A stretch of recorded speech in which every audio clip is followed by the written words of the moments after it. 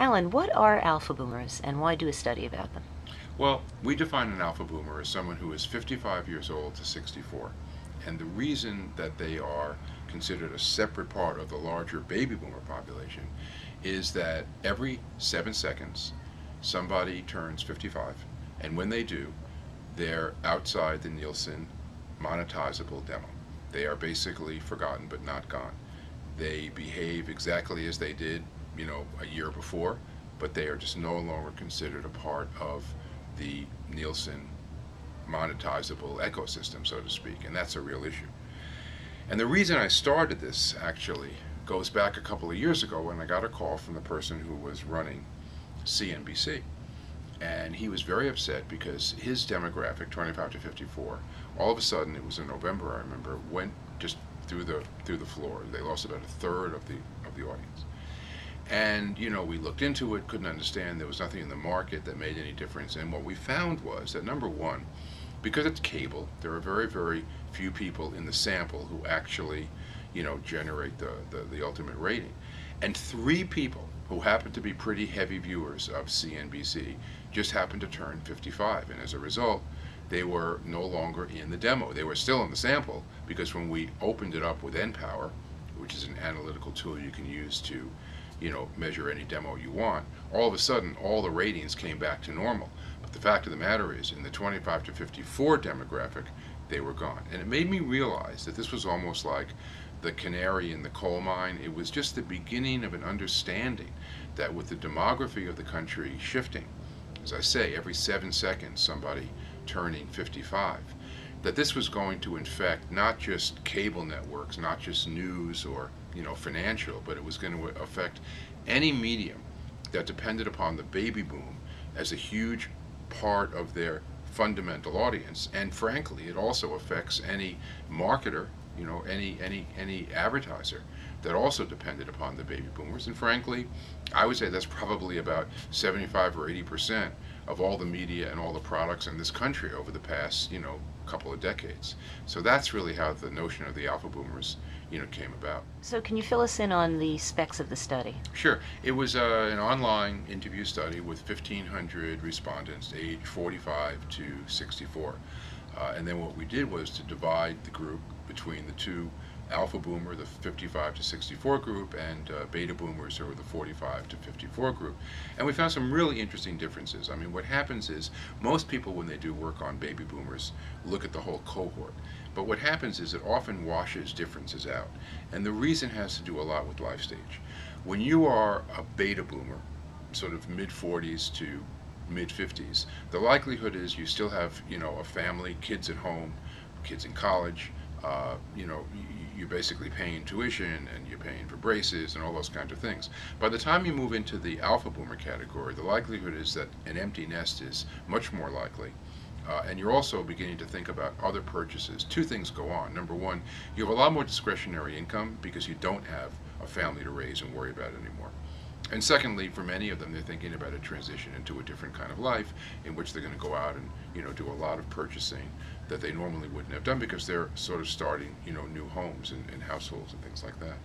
So that's really where the key to the study came about. It was taking the baby boomer cohort, which is kind of 45 to 64, and dividing them into 2 discrete groups, and then the differences became very, very apparent. So with your alpha boomer study, is it more demographically segmenting or is it psychographically segmenting, or both? That's a great question, and the reality is when I began it, and this was 2 or 3 years ago, if you were 55 to 64, you were in that category. But of that group of people, life moves on. They are now 67 to 58, 57, whatever it might be, and new people have moved in. So what we decided was that we weren't going to follow the original cohort because, that would be more of the psychographic aspect of it. We were going to say that when you are in this pocket, 55 to 64, you are an alpha boomer.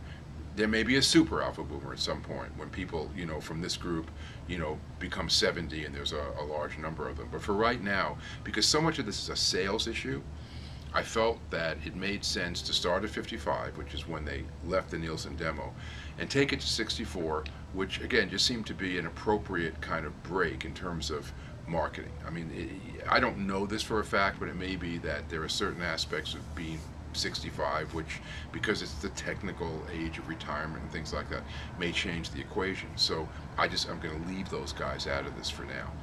Doesn't mean that we won't return to them, because honestly, what you have is a demographic imperative which keeps on going, and there's got to be a reason to, keep this in mind. The other thing you have to remember is that it's fascinating. A 64-year-old person in 1950 had a life expectancy of 4 years. So by the time they were 68, it was assumed that most of them would be checking out. Today, that 64-year-old has a life expectancy of 18 years. So in other words, they're going on to, basically 80 on the average. And that means so much in terms of how they're going to live their life, what they're going to be doing, what they're thinking about, their purchasing, their behaviors, all those kinds of things. So these are some of the things that I think, make the looking at an alpha boomer, so important.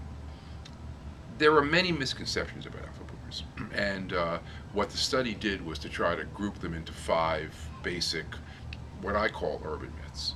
The first is that alpha boomers are winding down because they're getting older. The reality is, for most of them, they're not. A substantial number of them intend to keep on working.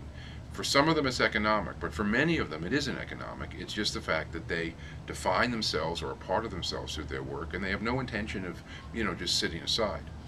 The second urban myth is that they have less income, and as a result, they spend less. And again, that couldn't be more wrong. It's true that they are probably going to move out of their peak earning power, but the way to look at this thing is not earning power, but discretionary income. They no longer have, the kinds of family obligations that you have when there are kids in the house, and so they have the ability to use it. One of the things that we did in the study, which was great, aside from the quantitative study, we also did some ethnography where we went into people's homes and spoke with them. And one of the interesting things is that so many of them said, now it's time for me. Now when I want something, I can go and get it. I don't have to worry about buying braces. I don't have to worry about paying college tuition. I don't have to worry about clothes, all those kinds of things. And so I have the ability to kind of get what I want when I want it. And don't forget, these guys are baby boomers, so they're used to instant gratification their whole life. So you put those two together and it becomes a very powerful kind of, marketing group. The third, I think, misconception is that they're set in their ways. I mean, this goes way, way back, and whether it was true or not back in the day that, you establish your brand loyalties when you're 20 and 21 and then you're done, I know for a fact, because our research showed that isn't true at all. In fact, alpha boomers in many cases are more cynical about advertising and about brands. Their view is, show me why your brand is the one that I should buy, and if you can't, I'm going to go to somebody else. Now, I'm not saying that we all don't have some iconic brands. I mean, Warren Buffett just bought the Heinz company for $23 billion or something, and one of the reasons is that for many people, they'll never do any ketchup but Heinz. And so we understand that there are certain brands that people have. But the notion that all brand loyalty, or most of it, is established early on and never changes is absolutely antithetical to the way we found alpha boomers thinking. The fourth is that they're technophobic. If you believe that the digital revolution has changed the way in which you deal with younger consumers and the way in which they think and behave, then it has to apply not only equally, but maybe even more to alpha boomers, because not only are they not technophobic, the fact of the matter is, in many cases, they are more likely to be spending money on electronics and digital devices than younger consumers, simply because they have the money. And by the way, they love their iPads. And finally, the notion is, we buy all that, but they're easy to reach. Just put them on, put them on any kind of a media buy and you'll get them. And the reality is that's no longer true. We had a very interesting question in the study in which we said to people, here are 35 of the top channels. There were the 4 broadcast channels and there were about 30, cable channels. And we said, which of the 3 would you say are your favorites? And I kind of assumed that because it was, alpha boomers and they grew up with the big broadcast networks, that they would be predominantly saying, 3 of the broadcast networks. The fact of the matter is that 40% of them approximately said some combination of a broadcast network and 2 cable networks, and another 40% said 3 cable networks, didn't even mention broadcast. So the notion that fractionalization has not affected them is completely false.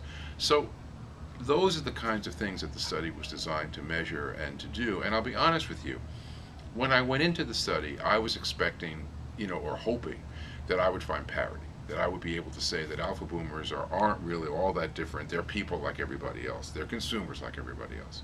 But what we found was, just to the contrary, that in many cases they're actually a more attractive marketing target than younger consumers.